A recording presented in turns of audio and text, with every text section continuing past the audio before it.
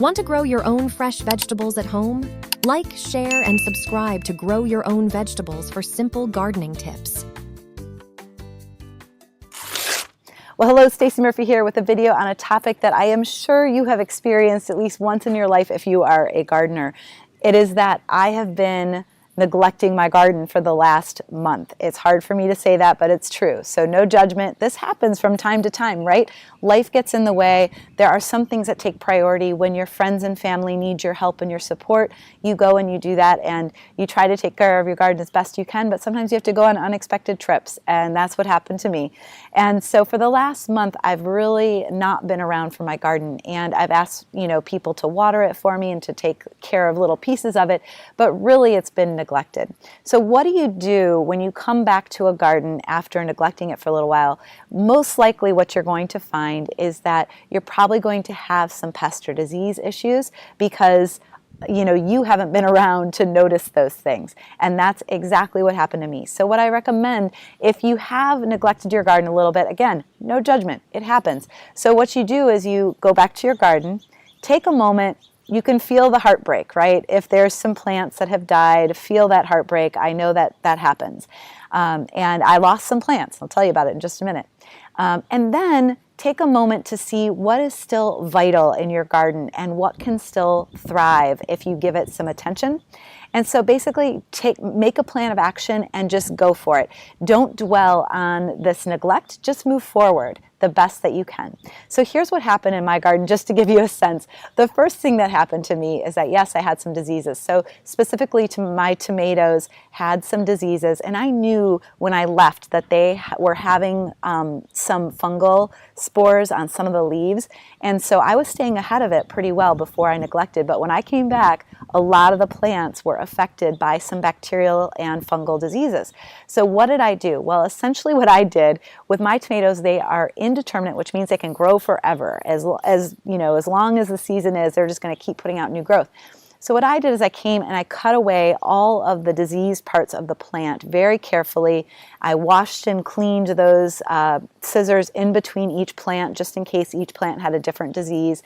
And then I kept the growth that looked really vital, and I know that those plants will continue to grow through the season. Will they produce as many tomatoes? Who knows, but at least I'll still get the tomatoes.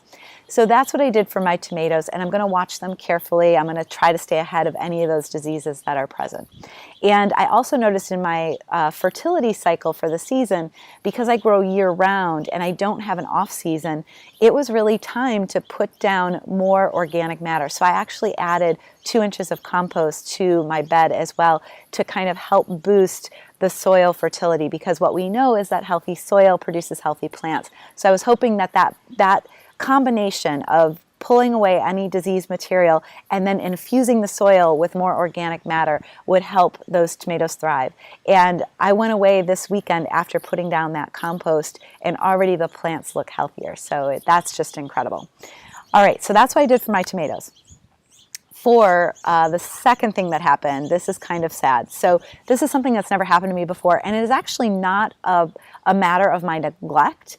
It's actually it could come from many different sources. So the second thing that happened was nematodes. And nematodes essentially are underground, and they feed off the roots, and they're very, very tiny.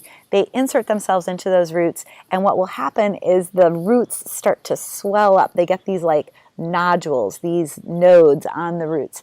And what you'll see above ground is you'll see wilted leaves, essentially. You might see yellowing leaves. And in this case, my chard plant was like it was like splayed open. And I knew that it had enough water. And so what else would make it splay open? Well, somehow that water is not getting from the root into the plant. And that's essentially what's happening, is that the root nodules are holding all of that water back. So nematodes are harder to deal with because nematodes are something that's present in the soil that can stick around for a long time. It's not a matter of my neglect so much. It could have come from the nursery where I got my seedlings. It could have come from the soil that I inherited because I did not necessarily bring all this soil in. Other previous housemates brought a lot of the soil in. Could have been inherited through the compost that was brought in years ago. So it could have come from any place.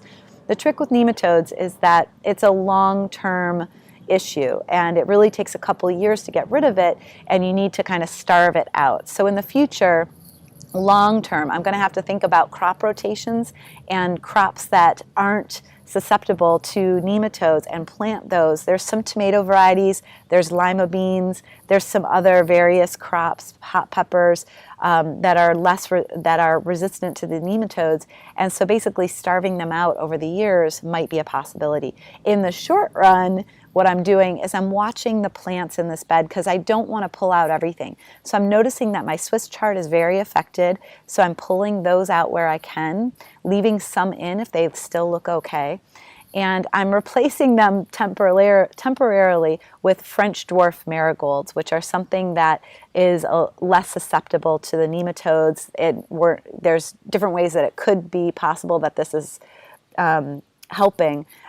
Possibly the marigolds are pulling all the nematodes towards the marigolds. That's one thing that might be happening, and then starving them because it's less susceptible. There's a lot of things going on in the soil, and there's a lot of debate about how those marigolds are actually helping in this case. But I'm going to temporarily do that. And the other crops in the bed, I'm just watching. What's happening is that there is a squash plant that was born out of my compost that looks like it's doing well, so I'm leaving it. And my Malabar spinach looks like it's doing pretty well, so I'm leaving that for now.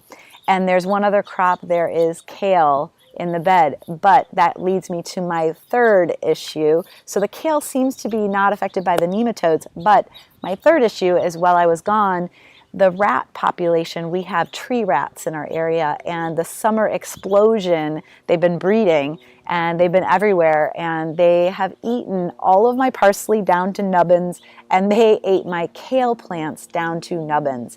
So that sucks. And what do you do about rats? Well, in this case, we do have some cats and some dogs that do hunt them, and I know that this is a temporary problem because the rat population really explodes in the summer, and in the winter, the rats that were here, they weren't going after my garden. So I may have to cage my garden from those rats, either temporarily or year-round. So that's what happened here while I was gone, a little bit of neglect, and things go south really quickly. So like I said, no judgment. If this is you, know that this happens to everybody. And what you can do is just think about, number one, take stock, look at what things are just not going to make it, pull them out, don't think twice about it, pull it out and replace it. The second thing you can do is look at what's vital and give it a boost. Maybe give it some extra compost, give it some extra worm poop, something that will help show that you're back and you mean business and you're here to nourish those plants because they can feel it and they're going to jump back. All right, Stacey Murphy here. See you on the next video. If you enjoyed this video, don't forget to leave a like and share your thoughts in the comments below. We'd love to hear from you. And for more simple and practical gardening tips, subscribe to Grow Your Own Vegetables. For more tips and updates, visit gyov.org and join our growing community.